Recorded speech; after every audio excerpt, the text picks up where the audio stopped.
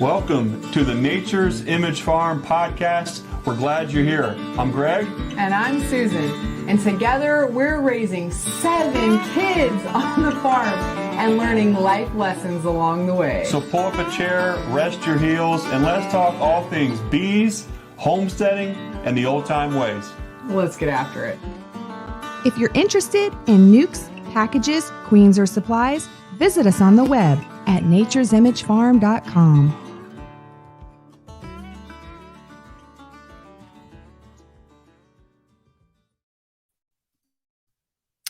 Well, hey guys. Good evening. Welcome back to another Sunday night chat on the Nature's Image Farm podcast and the Nature's Image Farm YouTube channel. Hope everyone's been enjoying this beautiful weather and what a beautiful weekend for most parts of the country. Today it was nice. Yesterday was pretty bad. There was real high winds all over the place. Today there was tornadoes. So not here, but in different parts of the country, especially down south. So hopefully you and your bees are doing well and nothing got upset too much. We had a little bit of issues with the wind. Yeah, lots of high wind. Real high wind, and we're on top of a ridge, so we get it seems like the worst of it, especially the ridge that gets the western wind kind of hitting across it. But we had some hive lids blow Did you get off. Stung on the lip or the nose? Which one? I did get stung on the nose today, checking in on some things. But getting your nose where it doesn't belong. That's right, poking my nose there where it didn't belong, I guess. But anyways, not too bad. We're thankful that all the bees are still doing good, and was no real damage to speak of. But that's right. Yep. So all kind of new exciting things. We took Sunday off last week, didn't we? Yes. It was a long weekend.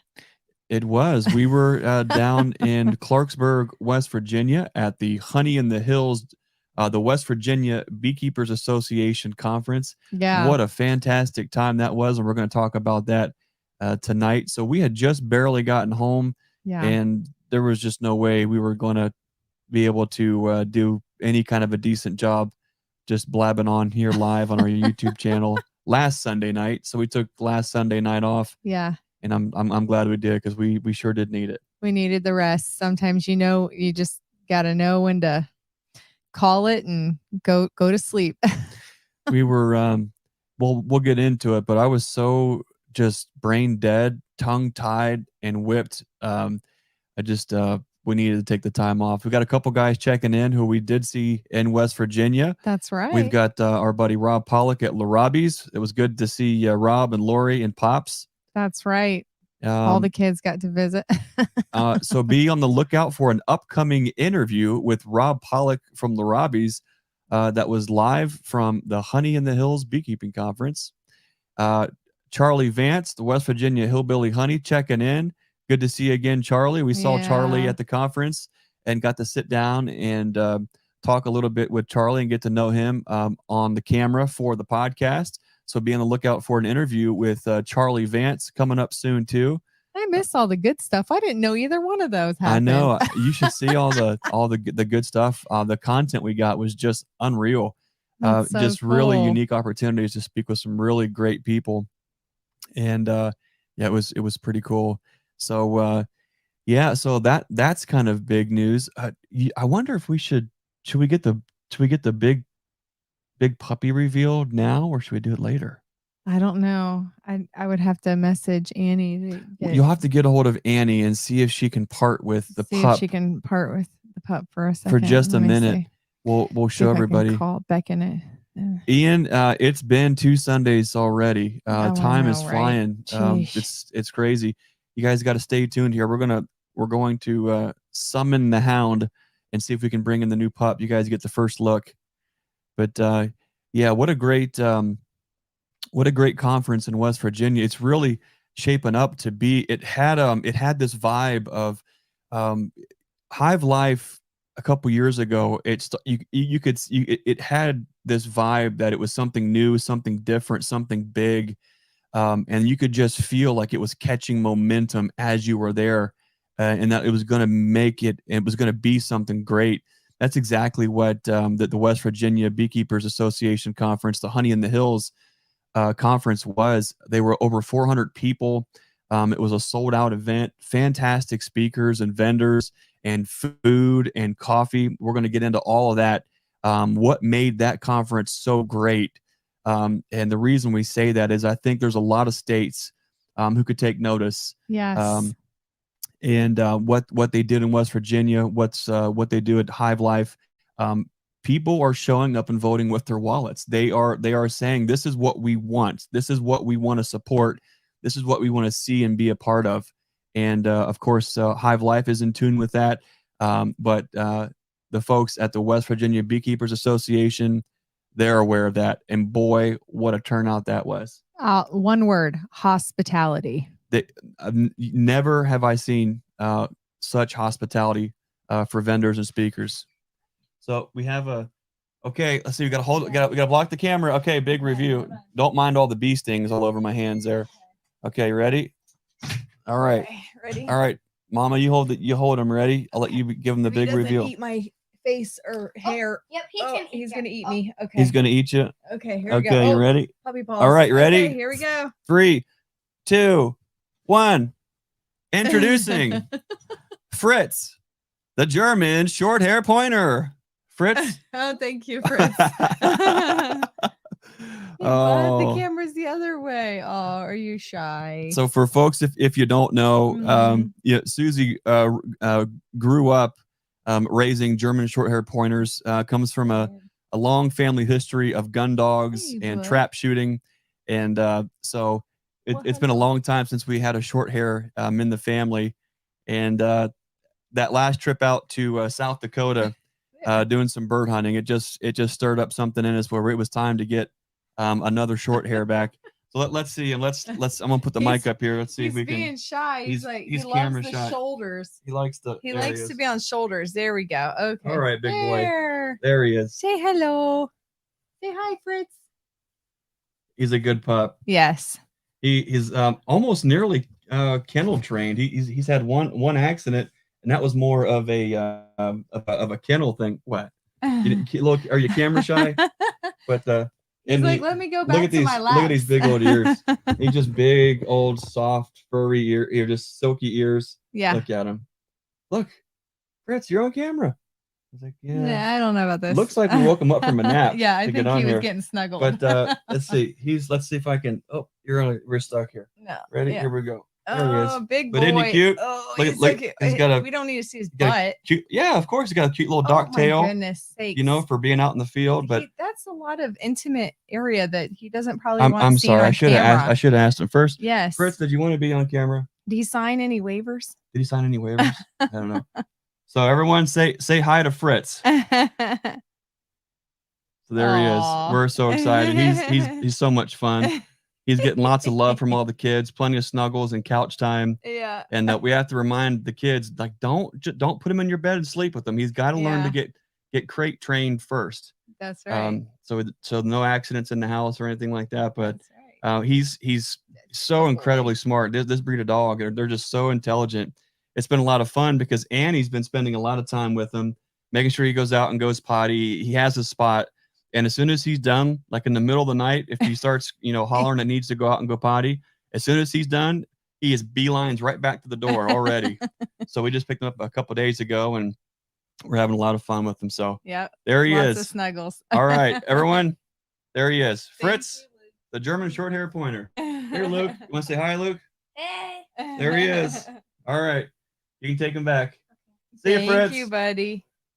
Let me get the door for you. Thank you. So it's a lot of fun.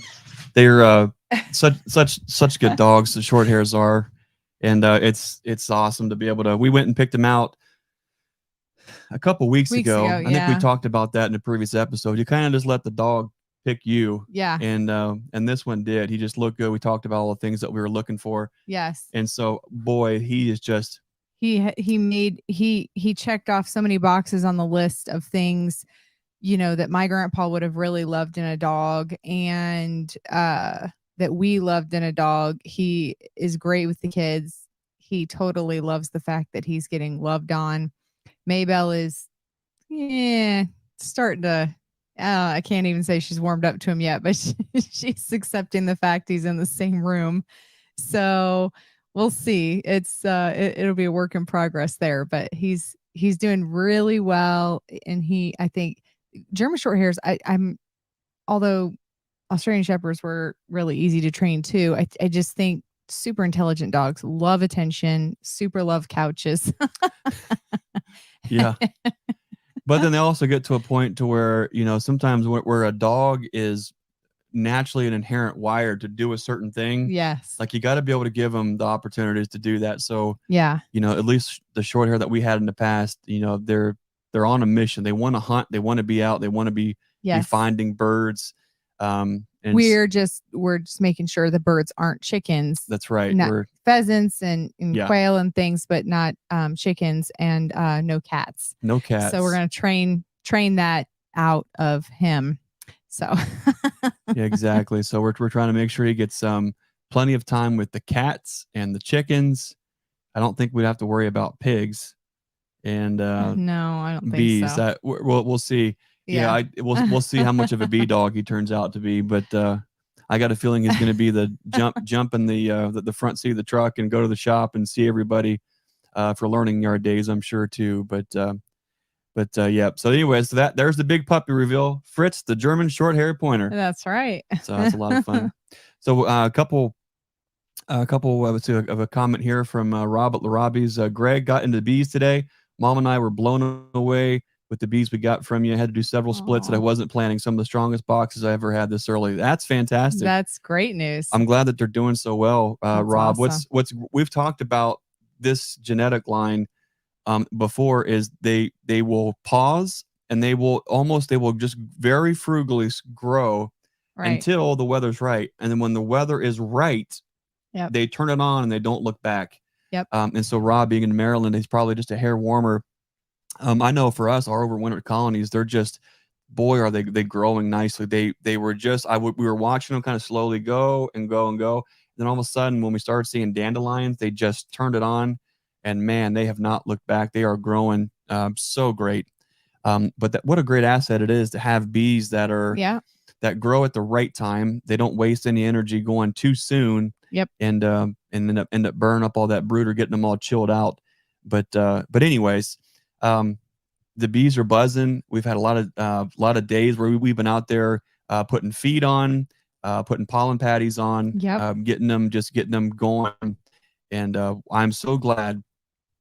I gotta be careful how I say this, but I'm so glad that we look to the trees and that we look to nature for the signs on what and when to do things, rather than a calendar or somebody saying this or saying that. We made, I think, some really good choices based on what we were seeing in those signs and the weather. And we got an early jump, and the bees are looking fantastic because of that.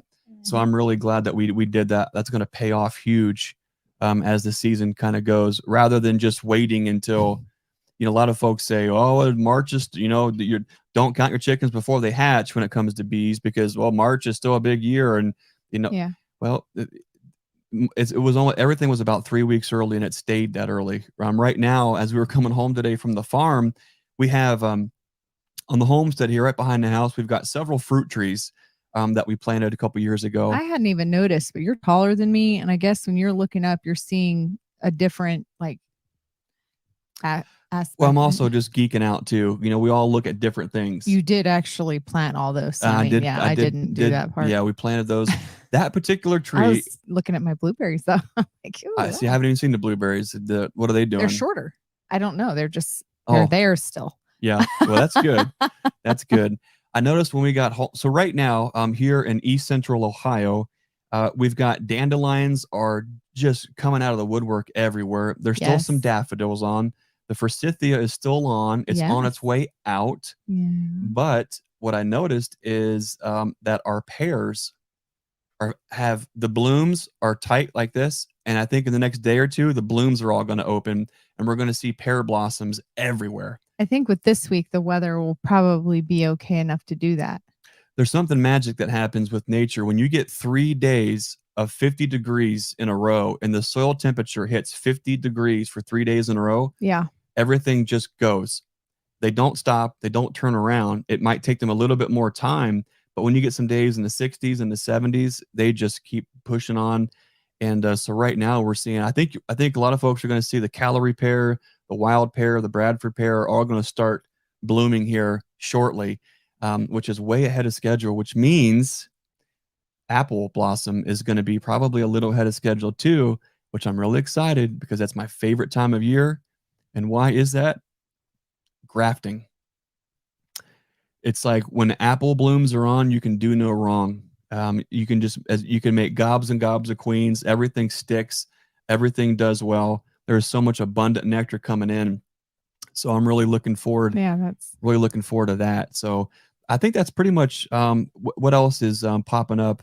We've got the comfrey leaves are poking up out of the ground, and they're already starting to be 2 to 3 inches tall. Yeah. It won't be long, and those will be just big and abundant and awesome. So spring has been on its way for quite some time, and it's fun when you get days like today. Today it was 64 degrees or so, 65, beautifully sunny, no wind. Yesterday, however, we probably had 40 to 60 mile an hour winds, and to just try to be outside, just to stand straight. I mean, this probably goes without being said, but I am not exactly a thin fella. Oh, I was like, I'm a husky lad, and when I'm out there and it catches me off guard and the wind moves me, we're talking about some serious wind. Yeah. So yesterday was not a day to be out hanging any sheet metal on the building. So that could have been dangerous. Yeah. So we got a bunch of other things done, and then today we're working on some more metal here at the farm. Got things. It's going to be as close to ready as we can for everyone to pick up their packages on April 8th and then April 29th.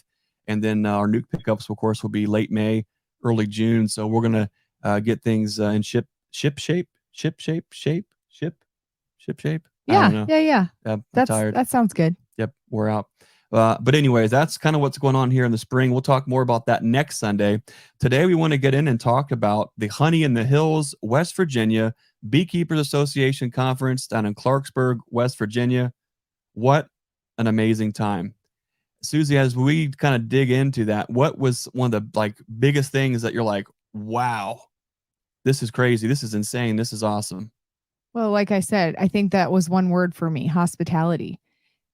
It was hospitality. They just went above and beyond, and having our entire family there actually at the conference instead of, half of them, in a hotel playing in the water slides and stuff.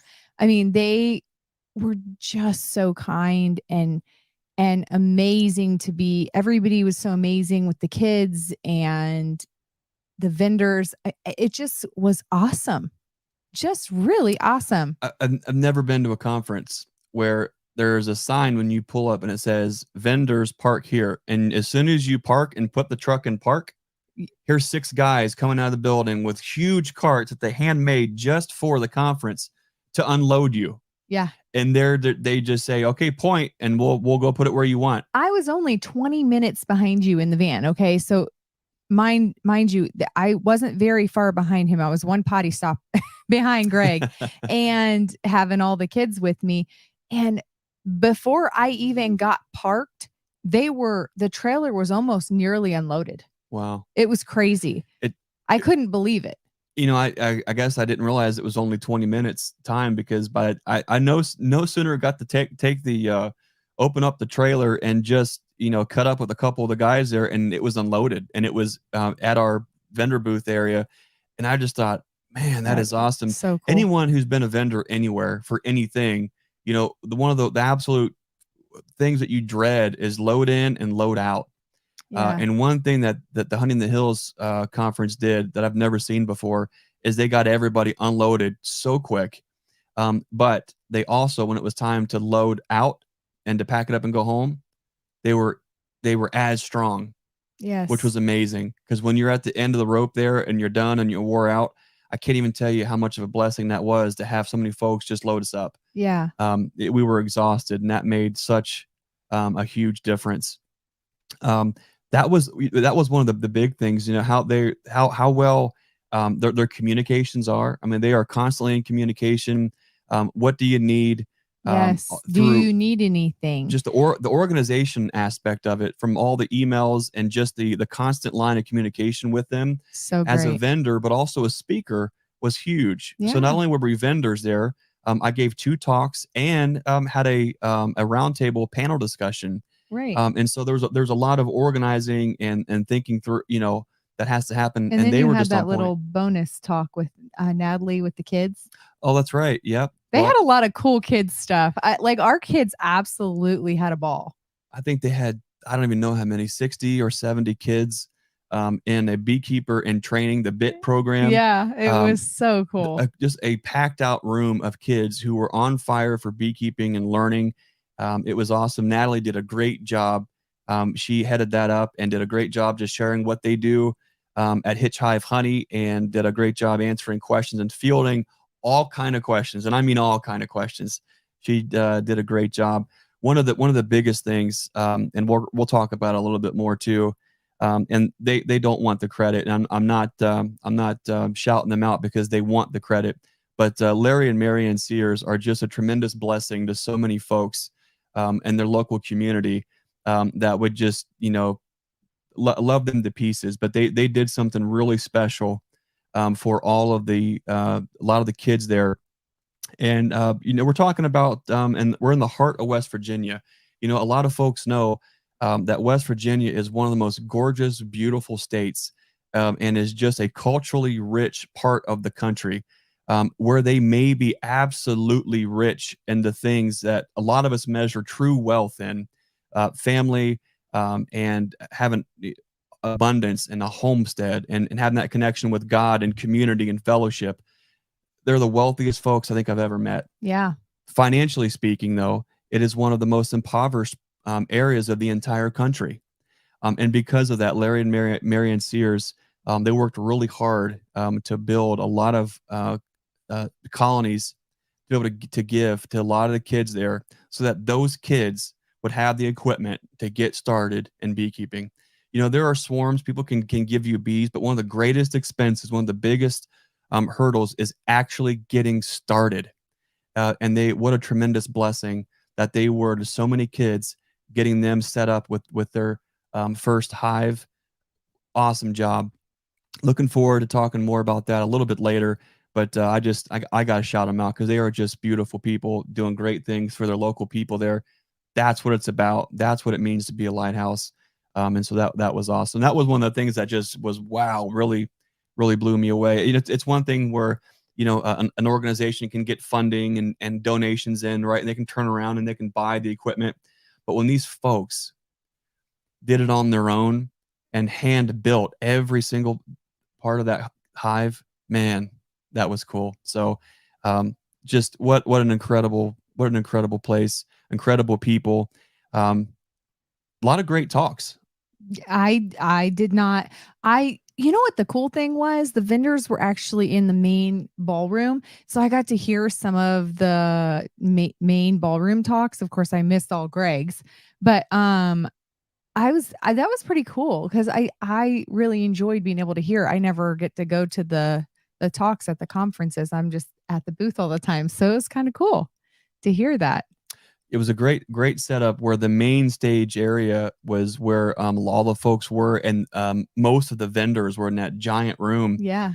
Including, we had a podcast studio set up. Yeah, that was cool. I'm really looking forward to getting out a bunch of great interviews.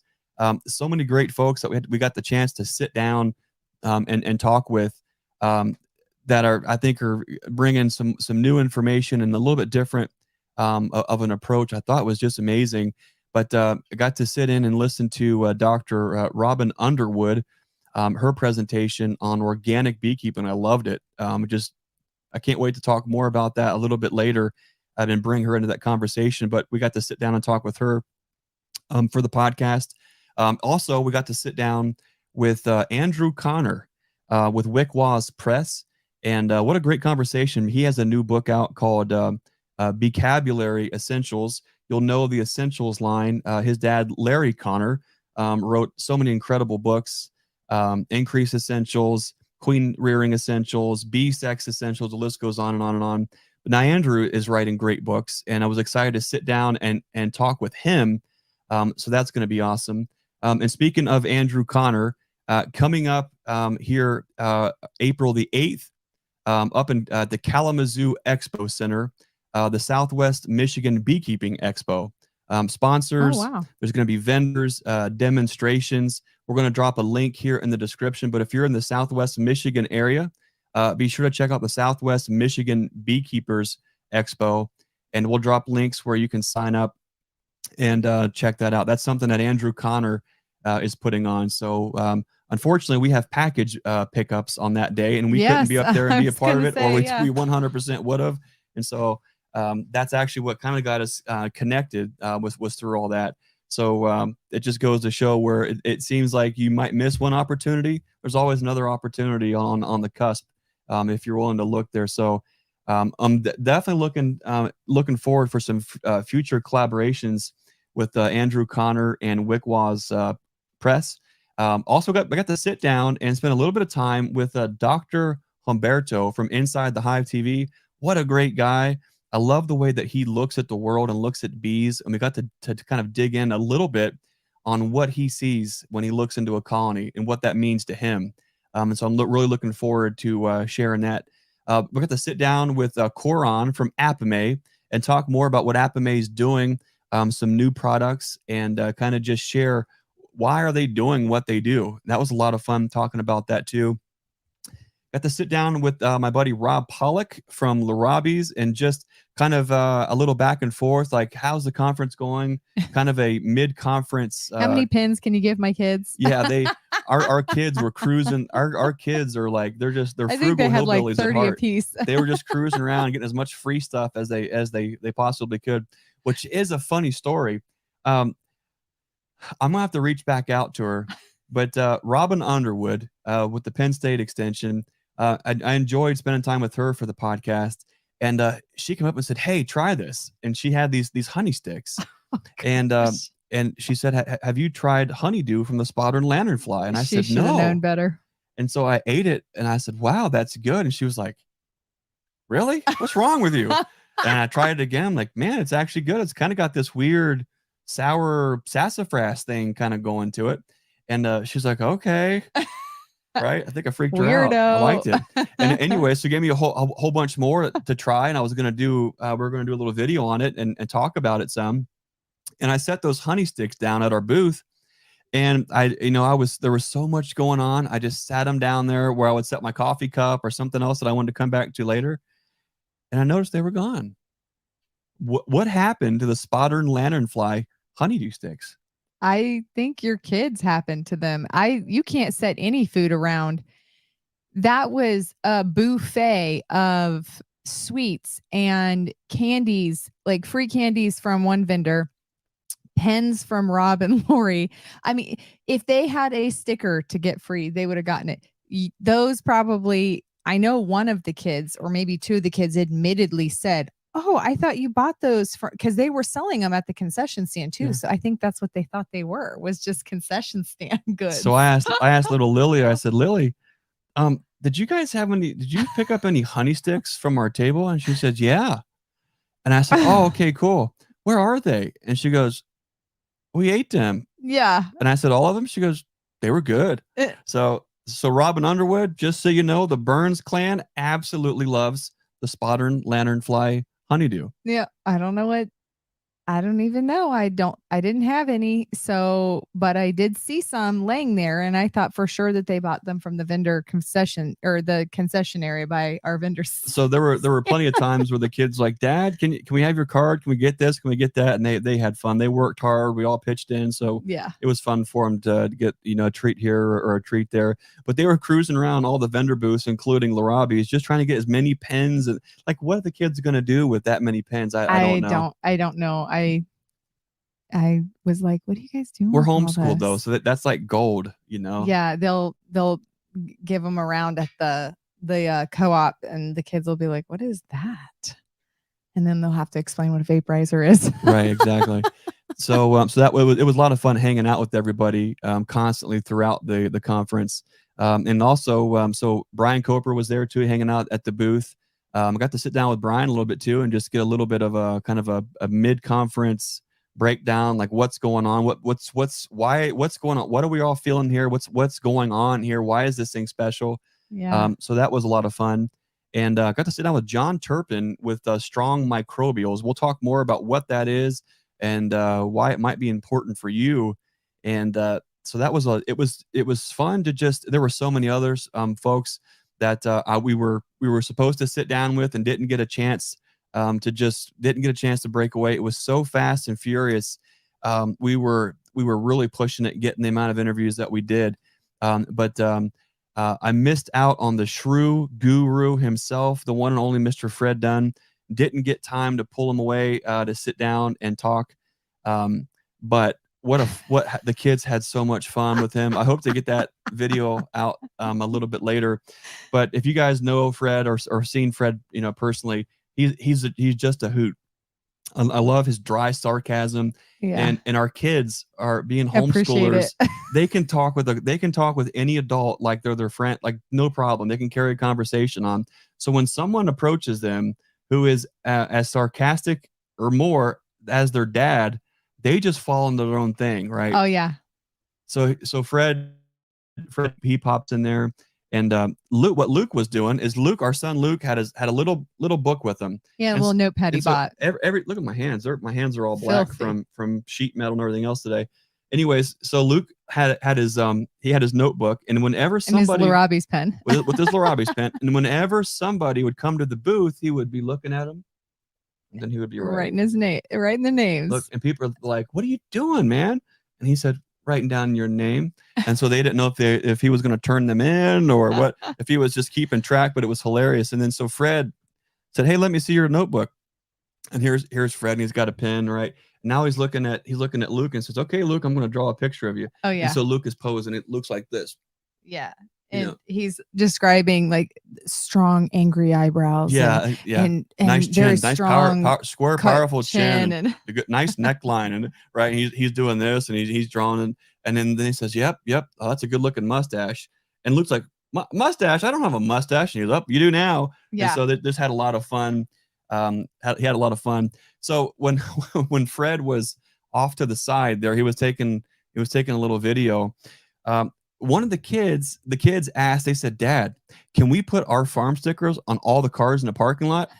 And I said, "That is a great idea, but we better not do that." No. And then they said, "Can we put one on Fred Dunn?"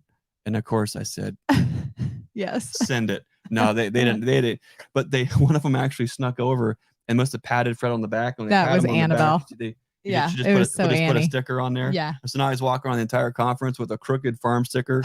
It was hilarious. And nobody actually told him. I don't know who told him. Oh, sorry.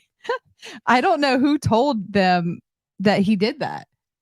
Yeah, no, it lasted forever. It was a couple hours before he actually realized that that's what was going on, that somebody had joked him. Yep.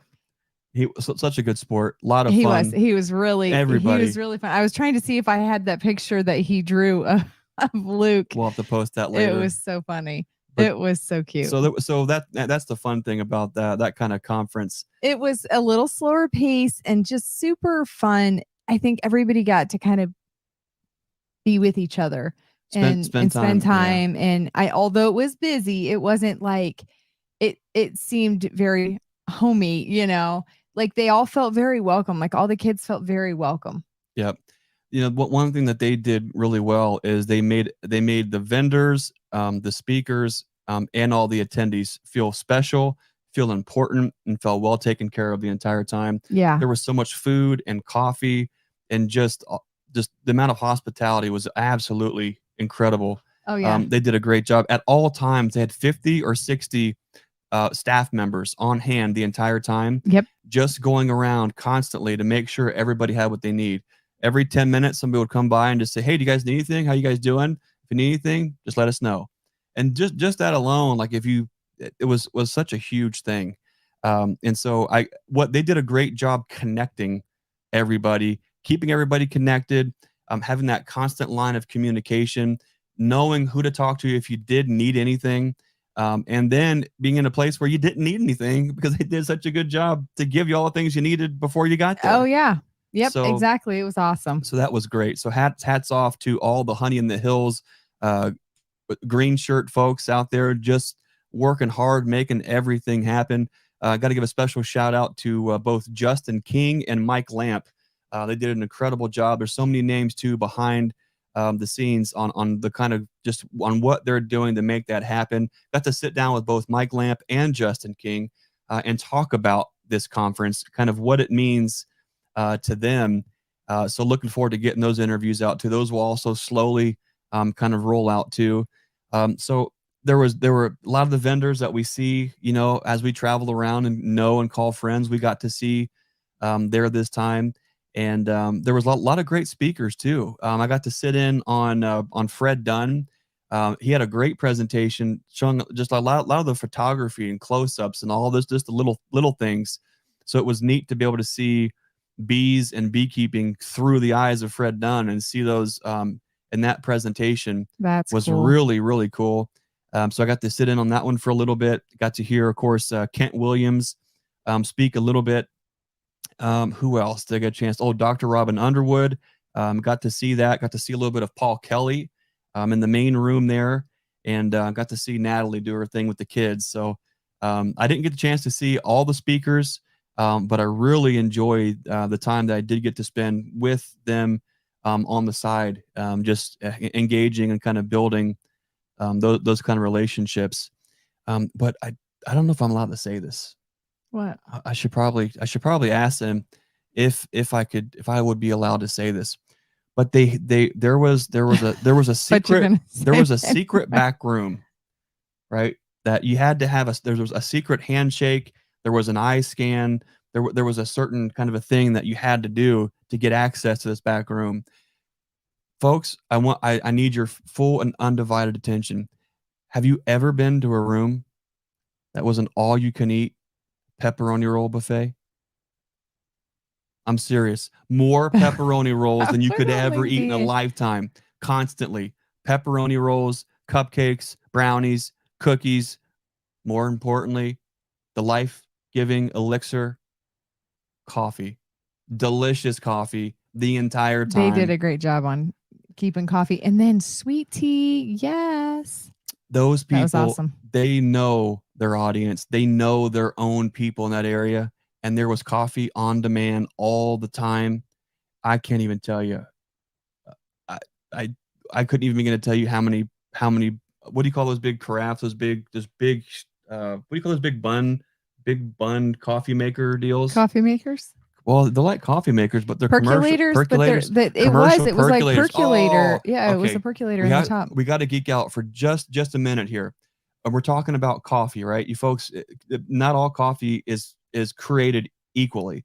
And by created, I mean my favorite cup of coffee, hands down, is made how? Let's see how well Susie knows me after all these years. What is my most favorite way? It's the percolator on the cook stove. Oh, the percolator. You just cannot beat a percolator, whether it's on the wood stove or a campfire. There's just something magical about hot water bubbling over coffee grounds over and over and over again. It makes the best cup of coffee. And they had the giant electric percolators. Yeah. We've got to get one of those for the shop. Oh my, I don't know that you need that much coffee. We need 10 gallons of coffee at all times, at least 5 gallons. Just because, man, when you've got that kind of high quality coffee all the time, you just feel like, hey, I can keep going. I can keep going. I can keep going. I can keep going. I can keep going. I think you probably need some water. Probably need some water now. Yeah. Well, I'm getting jacked up just thinking about that coffee. I know. Woo! That's exactly why I said you need water. I don't know if you need that much coffee. But anyways, they did a great job. We even I see. Let's see. There's a bunch of comments here. I did see Gary Stewart. Gary, it was great to see you. We had a dinner plan snafu. I bet Brian was like, I'm gonna send Greg to the wrong place. Brian did a great job of getting dinner orchestrated with a bunch of us and told us where it was at. Okay, cool. And then something happened and the destination changed so we could get back. They had some live music and a social thing going on there the one night. And so we had to cut the dinner plan short and go to somewhere quicker. Well, I'm just cruising around with Rob and Coron from Apame, and I'm just following them, right? My truck and trailer is parked at the conference, and me and Izzy are just kind of, cruising around riding with them. Well, there was a destination change. And I guess Rob and Coron, I was the one that Brian texted me and said, "Hey, here's the new place." I was so brain dead. Like my phone was going off all day long, and it was just I had it. I was just trying to be in the moment there, and so I messed up, and when he sent the destination, I thought it was the same place we already talked about. Didn't even look. I was just following the drivers. Anyways, we ended up at a place, some kind of a family restaurant. Everybody else ended up at an Asian buffet. I ended up at the hotel and watched the kids swim. So no one got food poisoning. That's the first thing. There you go. But I tell you what I did get. I had one of the best liver and onions that I've had in a really long time. It was super, super good. And I don't know if I'm supposed to say this either. What's that? But I don't know if a lot of folks know this about Coron at Apame, but he pretty much should just be a chef. Like maybe his second calling is a chef. Really? And so he calls the waitress over and says, "Do you have any red pepper flake and cumin?" And I'm thinking, cumin? What? I mean, I'm looking at the menu. Like, I don't see chili. I don't see barbecue. I don't see anything that you would use that smoky seasoning for. And she said, "Matter of fact, we do." And so she brought out cumin and red pepper flake. And he says, "Okay, you got to trust me." And I said, "Okay." So I saved a bite of my liver and onions, and he dressed it up in like a true Turkish fashion, which was covered with salt and pepper, a lot of cumin, and red pepper flake. And it added something. It took liver and onions to like a whole new level that I've never had before. Wow. But it had a deeper flavor. It definitely had that smoky but sweet thing with a little bit of a spicy back from that red pepper flake. And I thought, man, just a change, just two little seasoning change made this thing taste like something all different altogether. So that was pretty cool.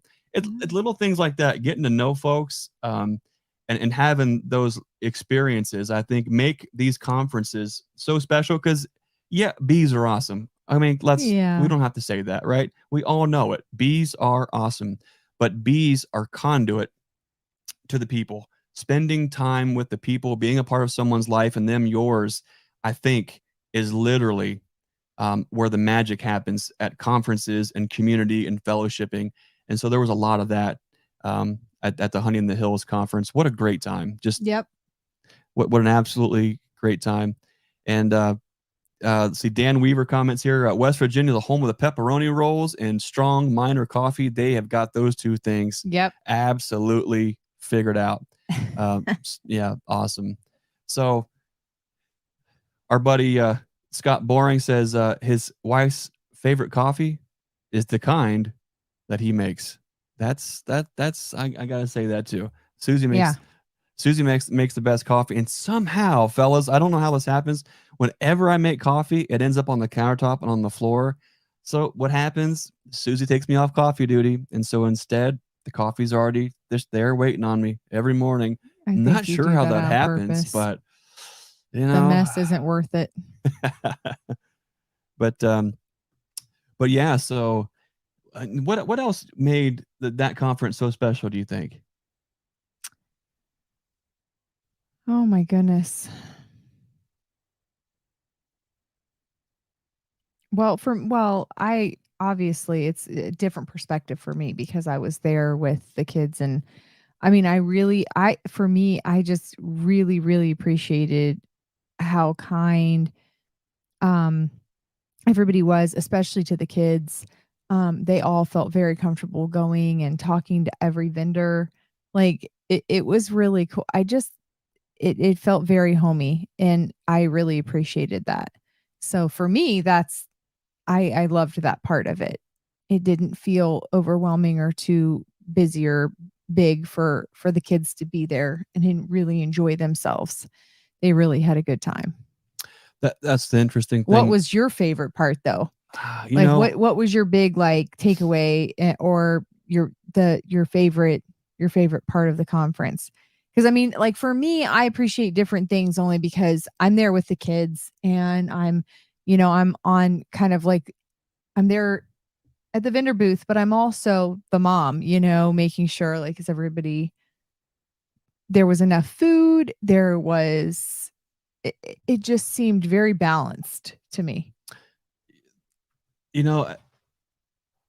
By now I should have something that sticks out, but there were so many things about it that made it I what it hate to narrow it was. down to just one thing. I don't like doing that because If it was unlimited pepperoni rolls and coal miner coffee wasn't enough, the the the caliber and quality and the heart of the people that were there, it's tucked away in the hills where it's like being here. It it's just really felt like beautiful. home. There was something about the people, their heart, the place, the atmosphere, the setting. It just felt like we were home. It didn't feel like we were in some weird, strange place when everything was different, and it felt like home. It was like, hey, this is our people. We're home. Let's just engage, have fun, be a lighthouse, learn from some folks. And man, that I think there's a certain amount of, I don't want to say traveler's stress when you're in a new region or a new state or a new this or you're far from home, because different parts of the country I think are a little bit different. But everything from how the conference was organized, how everything was executed, how everything was set up inside of there, how well they took care of us, Mm-hmm. it just felt like home. It was, if there was ever a conference where you felt the least amount of stress to get there, to get prepared, to get set up, to engage, they just did an amazing job with that. So it's like all of those things make that special. But the absolute most special thing that I think is one of those things that you can't fake, you can't buy, you can't just make happen, you can't pull a rabbit out of nowhere with, is the people.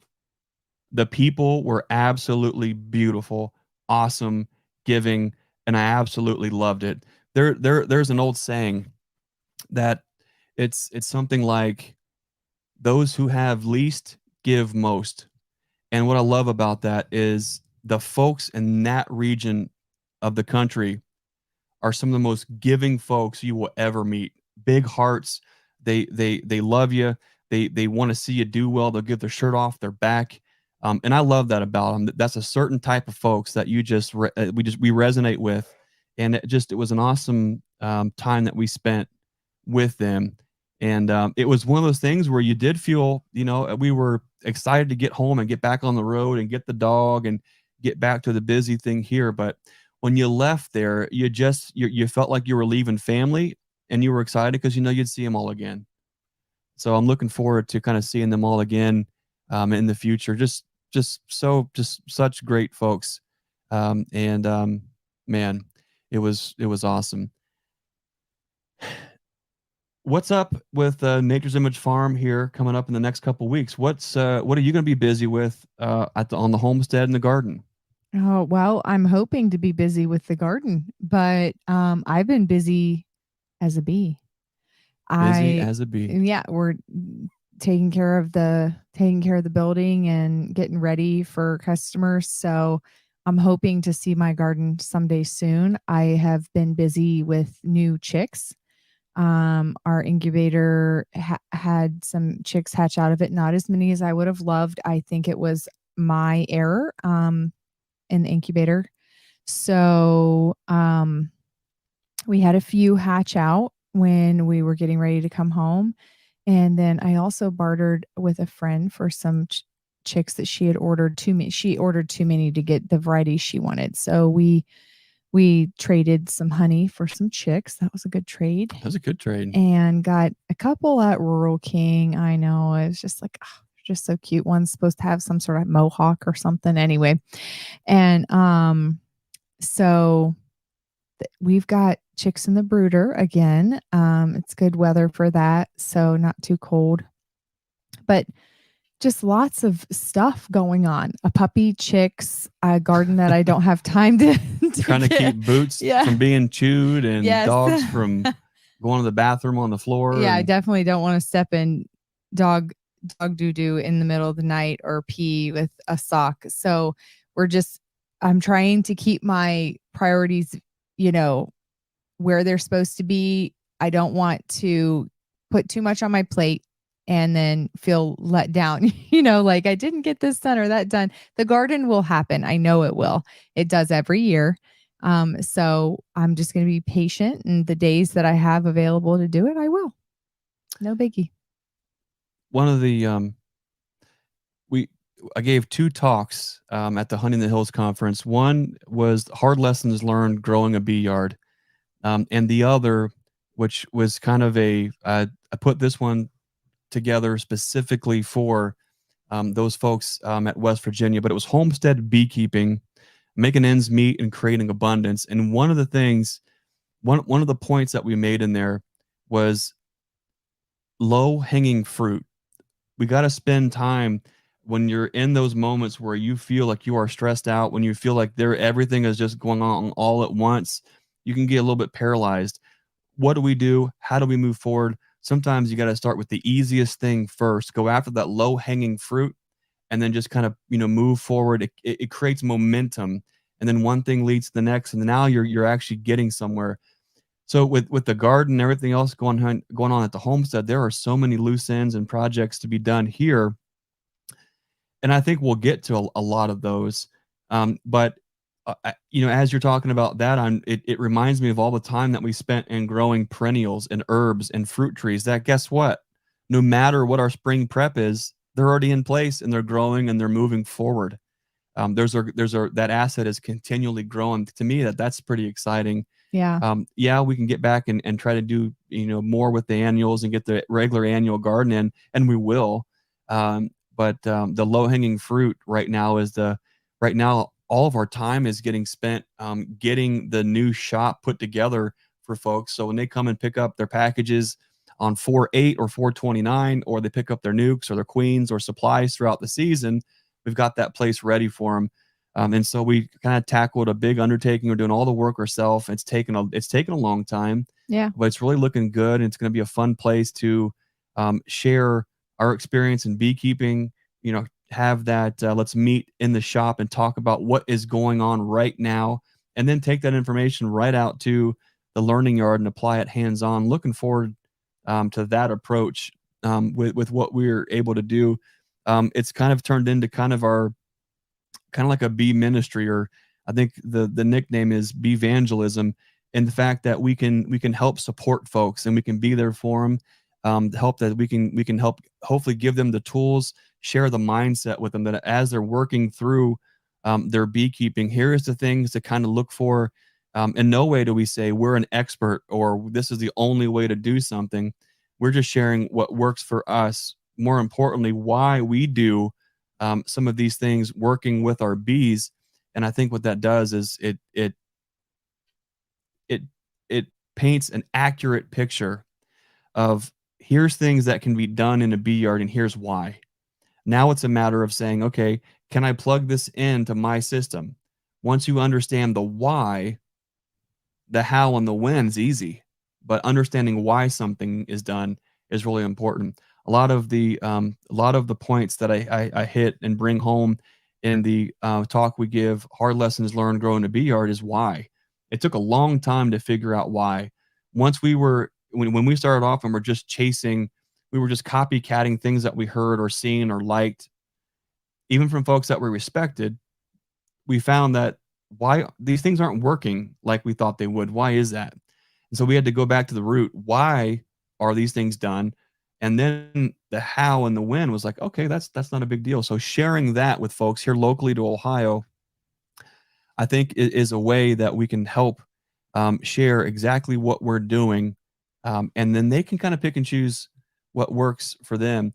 And my buddy Mike Berry's on here. Mike, are you saying that there are no absolutes, Greg? That's right. I love spending time with Mike and Bruce down in Alabama last year, and we talked about that. And yeah, no absolutes. There, as far as absolutes in the bee yard, I mean, as soon as you say this is absolutely what happens, or you should absolutely do this, or there is only one way to do this, that is the fastest way to get humbled. You're absolutely wrong, because it's not. There is no absolutes. You didn't create it all. So Right. it I'm will sure somebody will come argue back to that bite you. the only absolutes in life are death and taxes. Well, for That's some true. folks, that's some folks never pay taxes and they get by with it, I guess. Maybe they end up in prison. I don't know. But death, I guess, would be one of those absolutes. But I guess if we broke that down, I could spend all night talking about, well, what really is death? Is it a rebirth? Is it a move? So don't get me going on that. Like, we can talk that one all night long. But no absolutes when it comes to beekeeping techniques and methods. If anything, it used to be absolutely don't crack your lids open in the wintertime and wait until April. Man, if you did that in Ohio right now, you would be in a sad situation, because if you wait till April this year, you're going to be cracking your lid finding out, well, where all my bees go, because they're up in this tree. So I think swarm season is going to come, kind of early there. So we did have a question I wanted to address real quick. okay. You missed it though, because you were talking. Imagine that. Yeah, no, it was Grumpy Bill's bees. He was asking about how you guys stop broody hens. Oh, I met Grumpy Bill at Hive Life. So good to see you. I actually, the question is, how do you guys stop broody hens?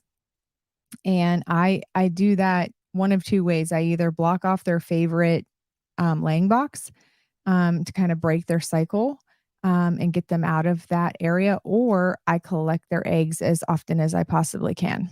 And they kind of get over that cycle of wanting to go broody. So, but they kind of go in and out of cycles. It's usually about once a year. And for us, being frugal homesteaders, I don't know that do we ever really want to stop a broody hen? Because there's always one we can count on. It seems like every year that will raise a little clutch of hens, and she'll see them all the way through and train them up and get them going. So for the most part, it depends. There are times where it's just not ideal for her to do that, and it doesn't fit my needs. And so I will go ahead and gather her eggs, and I have to kind of fight her for them. And she's willing to peck me, and I'm willing to push her away. And so we kind of go back and forth until she's done being broody. But yeah, there are times where I let them go, and that's okay too. That's how I stop that. Our mobile chicken coop is in desperate need of an overhaul. I think we just need to build something different. Yeah. But I built that thing on an old 4x8 Harbor Freight trailer that was just man, I can't say any bad words on here, but a real dog turd. It was just it was a yard sausage of a chicken, or of a trailer. And so, hey, made a great chicken tractor. So we built this coop on this thing. We got to move it around with a 4-wheeler and, keep them fresh and all that. And of course the tires were always flat. And then it was like, okay, if I have to go out and move it, then I got to go do this and do that. And one thing led to another, and it's pretty much stayed stationary in the same spot for about 2 years but now. I think I built that thing for some rough sawn lumber. The rough sawn lumber. I had more in screws. Metal. I had more in screws than anything. We actually found the metal in a pile here at the farm. Yeah. And so I maybe had $50 in that entire thing. Yeah. And it worked great. It's done its time. It worked great for a long time, but it's time to freshen that rascal up for sure. It's getting a little bit too wore out. But by the time we get around to that, there's going to be pigs coming that we have to get them going. Luckily, the pigs have hard perimeter fencing, and that will just give them paddocks to rotate throughout the woods. So that won't be quite so bad.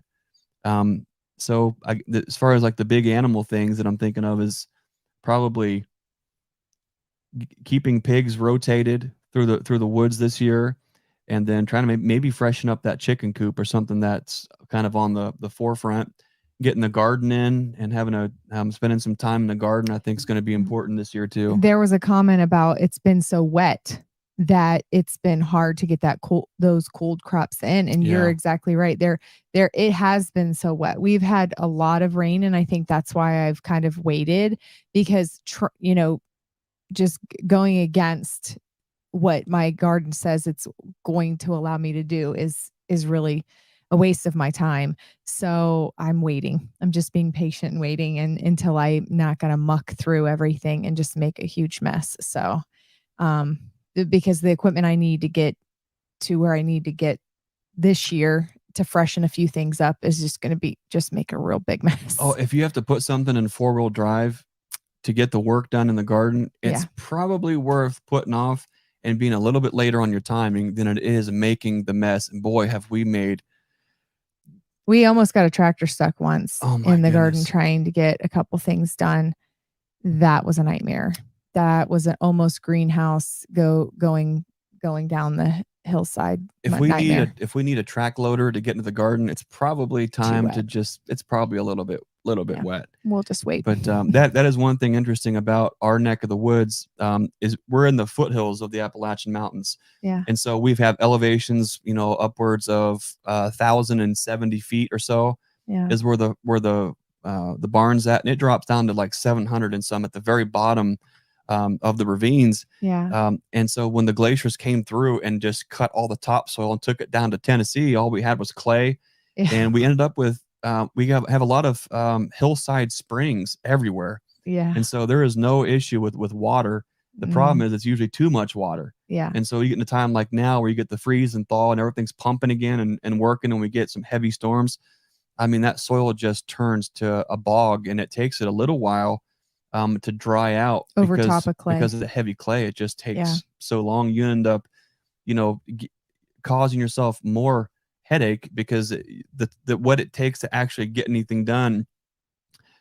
We just stop, because what usually happens is it always leads to a chain or a toe strap or a this or a that, and then something breaks, and then for all the aggravation and the stuff that we've broke to try to push and get stuff done based on no, that doesn't even work. Don't even try to do it on the calendar necessarily.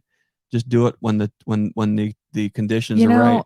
I have to say, every year when I think I should have done this or I should have done that, I still get stuff in. We still get a harvest of something. It might not be as big as I want or as many things as I want, but I just know that I can only do so much. So there's that. Yeah. I am extremely, extremely jealous of Mr. Tennessee Tim's soil. He's got the good stuff. Yeah. I think I got the clay. Good Lord cut our topsoil off and gave it to Tim, because I guess, I mean, they have beautiful weather. Yeah. Very temperate year round. Yeah. They have all the topsoil. Yeah. It's Tennessee. I mean, it's like, It's our home away from West home. Virginia is It's almost awesome. heaven. Yes. Tennessee is second place to West Virginia for sure. Yeah. But that's all part of the whole thing there. So what do we have in Ohio? What makes us great? We're nuts. Buckeyes, we're nuts. I mean, I love the hills. I love the seasons. I love the snow. I love being able to change and watch the seasons go. Yeah. That I think is helpful for a lot of things. One thing that we have that Tennessee doesn't is chill hours for apples and some certain fruits and things that we can do and get by with. And so there's that. There's always trade-offs, I guess, but Yeah. But anyways, Susie, what else we want to talk about tonight before we want to take a couple of questions, and then Well, it is you're an hour in, Mr. Burns, so we want to make sure we let people go a relatively good time tonight. And yes, if there's questions, we can take them. I tried to answer a few. I hate cutting you off though to answer somebody, so I try to wait, and then my brain goes, "Who said that? What did they say?" There's a bunch of great folks on tonight. Dwayne Van Bargen, Brian Walkenspall. We've got Todd from Loma Vista Beco, Walker Bee Ranch, Hale Hives, David Lewis, Roy Adams, the Death Wish beekeeper himself is on here. We got Grumpy Bill's Bees, JC Apiary, Mike Berry, Drop Tine, which is Chris, our local guys here. Flower Street Farm, the one and only Bee Original Tennessee Tim, David Lewis, Dan Weaver. The list goes on. Gary Stewart. I've seen you guys here pop up a bunch tonight, so I'm going to thank you for spending some time with us tonight. It's, there's so much more that we'll say as we unpack still, literally. I'm just getting the cameras back out and getting the interviews uploaded. A lot of great interviews. I got one coming up with Andrew Connor with Wickwaz Press. Just a super neat guy, and just had this big, super cool booth spread of just bunches and bunches of books. And so we'll talk about what books did I buy from the Honey in the Hills conference, from the Wickwaz press booth? Well, we'll have to stay tuned and find out. But I'm really excited about them. They're really neat books. I He was found that very kind. there's not gotta be careful how I say it. I am not. I have a hard time with books. I will read something and I'll read the page and I'll get to the bottom of the page and I'll ask myself, "Hey, dummy, did you actually read that?" And I'll argue with myself. Well, yeah, I read it because I'm at the bottom of the page and I'm seeing the page number. Well, what did you just read? Well, I don't know. So then I'll start back at the top and I'll try to read it again. I'll go through it a second time trying to pay attention. I'll get to the bottom of the page and it says, "Okay, now did you read it? Can you move on? You have a whole book to read." And then I'll find myself saying, "Oh, no, I didn't read it." And then so I have the Yeah. decision. Do I read it for a third time or do I put the book away? For some reason, a lot of books, I have a hard time reading them. Even if I'm excited about the information, I don't know if it's the way that they're written, if it's the format, if it's the font, something about it, I just can't read. But the books that I absolutely gobbled up and devoured, and I've read from cover to cover several times, were all the essentials lines of Yeah. books. Increase Essentials, um, Queen Rearing Essentials, Bee Sex Essentials, and now I'm looking forward to a brand new one to kind of dig into Vocabulary Essentials, which I think is a much needed book that has solid points of reference for the bee vocabulary when it comes to beekeeping. So that's a really neat book. I'm interested in taking a look out. But what other books did Greg buy at the Honey in the Hills conference? We're going to talk about those later on this year because they are really neat. One of them, especially, is really, really awesome. We're going to talk about that later on this year. And we've got Mike Berry is currently got a queen piping next to him in his incubator. That's so cool to That is hear. cool. Love that. That's great. Okay, Absolutely I am love really that. behind on the comments here, guys. I just can't seem to. Let's What was your see. favorite talk? Oh, you missed one. I can't see the thing. Oh, Is no, you, stop. What is your favorite talk you gave at the Honey in the Hills? my favorite talk I gave at the Honey in the Hills, Newbies, West Virginia. My favorite talk was one that I put together just for that conference. And it was homestead beekeeping, making ends meet, and creating abundance. And I'm gonna try not to get choked up tonight about it, but I did get choked up given the talk,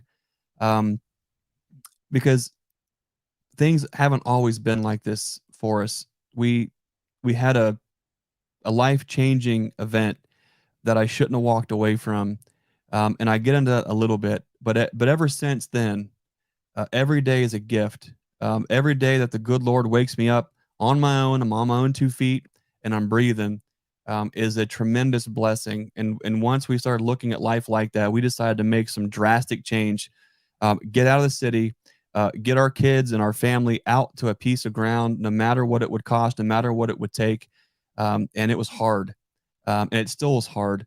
And we're learning right alongside our kids all of these things.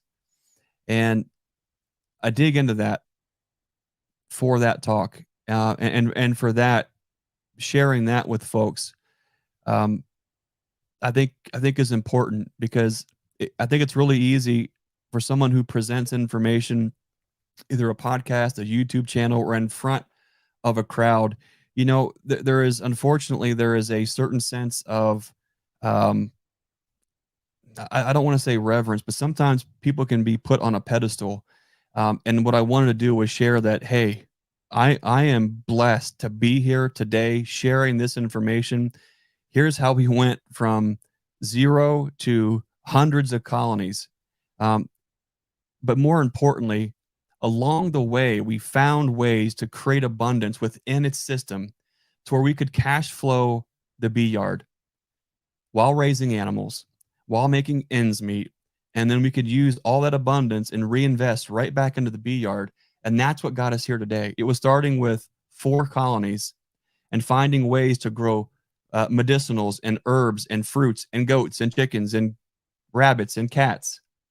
We never ate the cats, but hey, if times got tough, I'm just dear. kidding. I'm just kidding. Don't say that. But anyways, I could go on all night long. But that's what that talk was for. Yeah. Was to get Sounds into, like your into that favorite, huh? nitty gritty where we get into the homestead permaculture. Let's actually raise and grow a business, and the things that we did along the way. I really enjoyed that. So great question. I do have that recorded. I really got to spend a little bit of time thinking about if I want to put that talk out on our YouTube channel. I wanted to create something special for those folks, and so I don't know if I will end up sharing. I hope. I think we probably will. It's more of me. I don't know how much I was crying my eyes out, but it was a lot of the things are. It's sometimes hard to talk about that point in our life, but it's an important thing to talk about. So if you think that's something that you would like to hear in the future, or you want more of that story, drop us a comment in this video afterwards, and maybe we will put that out there. The more I think about it, maybe it's probably something we should put out. Maybe it'll help somebody else along, or they'll maybe come out of their comfort zone and be able to share some things. But that was my favorite talk. It's an amazing thing to be able to share what we do with folks. And I think we have an enormous amount of responsibility when we do that, to be honest, and to operate with integrity, and to not paint this picture of this romantic farm dream where everything is just hunky dory all the time, because it's not. It's bloody, it's muddy, it's full of guts. There's sleepless nights. There's trying to make ends meet. There's a lot of but there's a lot of joy, and there's a lot of happiness, and there's a lot of peace, knowing that God has given us this opportunity to live life like this, to put us in touch with people, to make a positive impact on their life, to raise our kids in a way to where they can also grow up and be a lighthouse for others.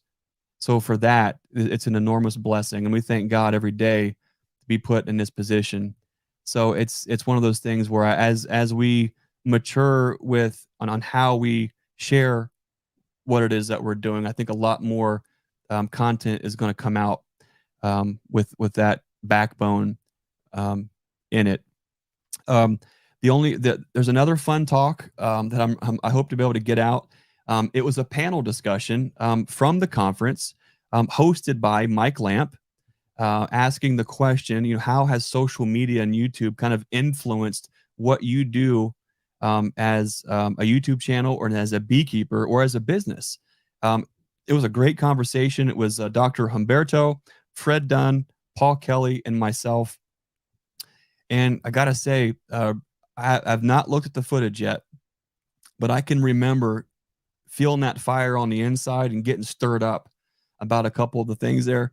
It's one of those things where I got to look back and see what I said. But sometimes Brian and Bruce always know, they sometimes laugh, because I'll get fired up on the inside about something, and I'll say, well, I've got to choose my words here. I got to be careful what I say, because there's so much I want to say about things that if I just let the passion overtake me, all the words come out. And I want to make sure that I'm responsible with my words, and I'm painting things in an appropriate picture. I can remember getting fired up in that conversation there, so I'm looking forward to getting that one out too. But yeah, Hail Hive says, I think I see my honey in the background, second shelf down under the NIF white bucket. There is a bunch of hails.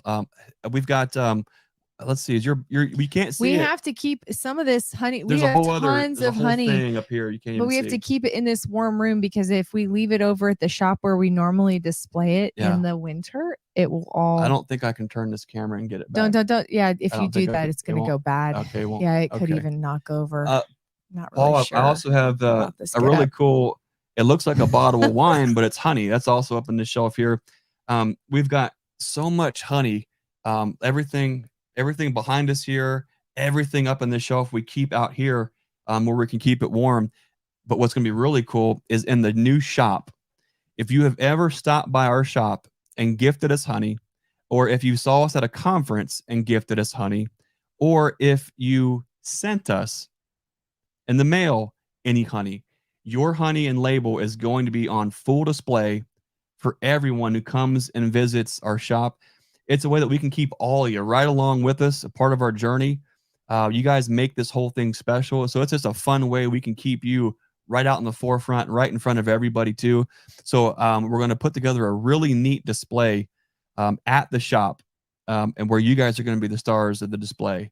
So I'm looking forward to getting that put together later on this year, and just showcasing all the awesome people out here in this beekeeping community. So Hail Hives, yes, you're out there. A lot of the people in this chat tonight, you're on that shelf and you're going to be on display. So that's awesome. Christina Adams asks, will y'all be at the fall conference by chance? I don't know about that yet. We're gonna have to see what the rest of this year kind of gets on. We right now we are entrenched in getting everything ready for queens and nukes, and then getting the shop built out. We'll see if that door is supposed to open, it will, and we'll walk through it. But right now, our focus is just getting it down done. to the grindstone. It's just nose of the grindstone. Yeah. Right now. So, Christina Adams says that's the one I was sitting in, super informed. Well, I appreciate you spending some time with us there at the conference. There was a question here: Square Bee Honey Farms. Did they record the talks? If so, will you be posting on your channel? I did record both of my talks, but as far as everybody else goes, that was for kind of the attendees only for this year. Had we had the time, we would have recorded everybody and put them out there. But for right now, for this year, there's a bunch of great content you're going to start seeing circulating and cruising around, little snippets. Newbies, West Virginia. You're going to see stuff from the Mountaineers Beekeepers Association. You're going to see things from the YouTube content creators, and you're going to see a lot of interviews from us coming out too. So that's just a fun way to kind of share what's going on through all that. But Ron here says God has the path set for us. We just need to choose to follow it. That's true. That's it's been, the last couple years have been just an incredible journey. Of course, we give God the glory for that. It's just something that we, I can be really hard-headed and I can be really stubborn. I think that's a pretty fair statement to say. Look, she's giving me the eyes, like, yeah, no doubt. But one thing that's clear to see is that God does have a plan, and we're thankful that we have ears to hear, and that we've got two hands to do the work, and we wake up every morning to do the best that we can. So that's the awesome part. I'm trying to cruise through here on the comments here. I'm just looking for question marks at this point because I don't want to. Yep. Let's see. Newbies, West Virginia said, had so much fun hosting that. It was a blessing getting to hang out on the stage with y'all. And that's coming from Mike Lamp. Did a great job hosting that, and also took a fantastic video of me talking with Karen Teague at Fuzzy Nuggets. She has these really awesome, I don't want to say cute in a way that doesn't diminish or belittle what she's doing, but she makes these really cute, awesome miniature beehives that kids are excited to get in and work. I love that. And it was absolutely awesome to spend a little bit of time with Karen talking about that and what she's doing there. She's doing great things at Fuzzy Nugget. So that's going to be a fun one to get out. But Mike Lamp with Newbies, West Virginia, did the honor of holding the camera for me on that one. So that's going to be a lot of fun. I'm just scrolling through and see if you have any more questions before we check out tonight. It's almost 9:20 Eastern time, and Bruce's Bees is tuning in. Be sure that you check out the Bruce's Bees YouTube channel directly after this live chat, because I got a feeling old Bruce has got a brand new video is getting ready to premiere. Awesome. So that'd be pretty cool to check that out too. And okay, Charlie Vant says that both Fred Dunn and Castle Hives have great videos out. Awesome. Yes, So be sure you check those out too. Go over to Frederick Dunn and Castle Hives, their YouTube channels, and check out their take on the West Virginia Honey in the Hills conference. It's going to be awesome.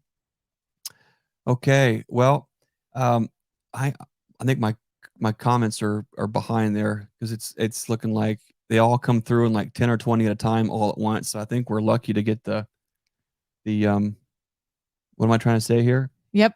I can't figure out my words, which Okay. means it's probably Probably time time. to say no more words. That's, oh my gosh, you said it. I'm tired. I'm whipped. I'm sunburned. Well, the I'm other thing complaining. I'm is, sunburned. you Had a great day in know, the when sun you have a today. newborn baby, it's kind of the same way when you put a puppy in a cage that had its mom for, Oh, 8 weeks.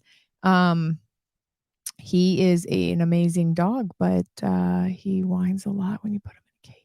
let's just say he's found his And voice my eyes go like, what? at 3 o'clock in the morning. I'm not rolling we over gotta- this bed to get him again. Gotta give credit to the kids though, because a lot of times, even late at night, I can hear one or two of them coming out, or be me, or you, to go take old Fritz out to go potty. But I'm looking forward. What a fun year that we've got in store. We've got the learning yard exploding. So many folks are going to be there every other Saturday.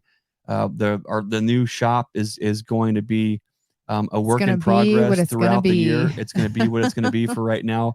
But to just have a place that folks can feel like they belong, to have a place that we can all share our journeys together. Yeah. We can take that and go right out to the bee yard and see it hands-on with the bees.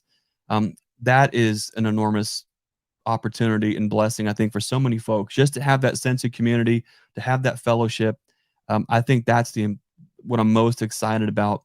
So we're going to be busy doing our best to make that happen this year. There's so many little side things that I still haven't gotten done that I want to, like get the sawmill up and ripping and roaring. I'm just hoping that, that some doors will open and we can get some chairs. Cause I mean, sitting on bee boxes is awesome, but, Yep. We almost snagged some and then they were like sold by the time I got there 15 minutes later. We found later, 150 chairs for $5 a piece with the chair rack. And as soon as we went to go get them, they were already gone. But Roy Adams knows me well. He says, Greg with no words. Yeah, but notice he's still talking though. Notice he's still talking. Chris, hey.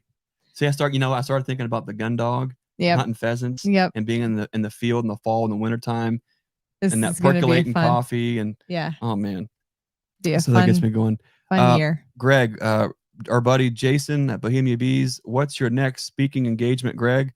Great question. Let me pull up the calendar. It's coming up here pretty soon, I think.